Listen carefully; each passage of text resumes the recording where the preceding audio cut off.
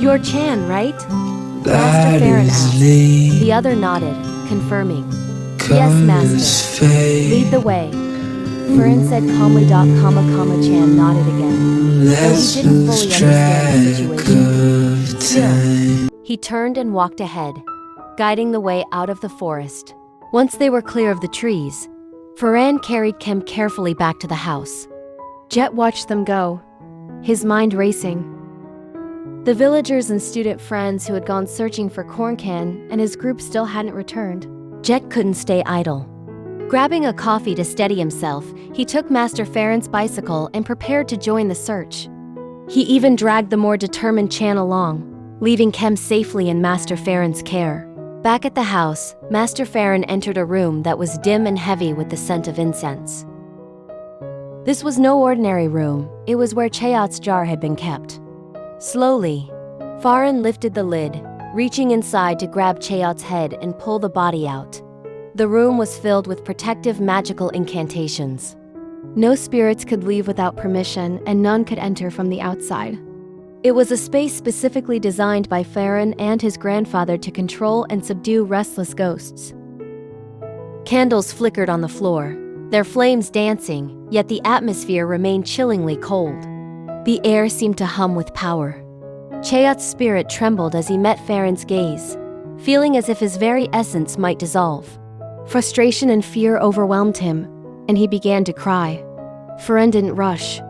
He carefully released Chayot's head and brought over a wooden chair. Placing it in front of Chayot, he sat down. "Why are you doing this?" Pharan asked, his voice calm but heavy with meaning. Chayot's spirit slumped to the floor, kneeling, gripping his pants tightly. His voice cracked as he answered, "How long I've loved him. You never knew. Last time you abandoned him, and in this life, you haven't shown him love or care. So why?" The question hung in the cold air, heavy with emotion. Chayot's fear, longing, and grief were palpable.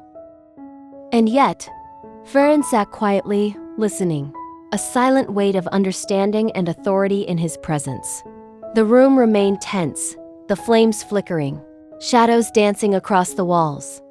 One wrong move, one surge of emotion, and the delicate balance keeping Chayot contained could shift.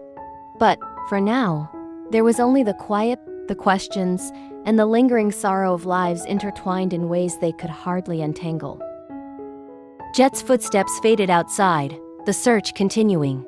Inside, the air seemed almost alive, holding on to every word, every tear, and every unspoken truth between Pharan and Chayot. Sometimes, confronting the past wasn't about anger or punishment. It was about acknowledgement, understanding, and the faint hope of closure. The room remained quiet, filled with the weight of past mistakes and unspoken emotions. Pharan sat calmly, listening as Chayot's spirit trembled with fear and longing. It was a moment of reckoning, where past and present collided, and the truth could no longer be ignored.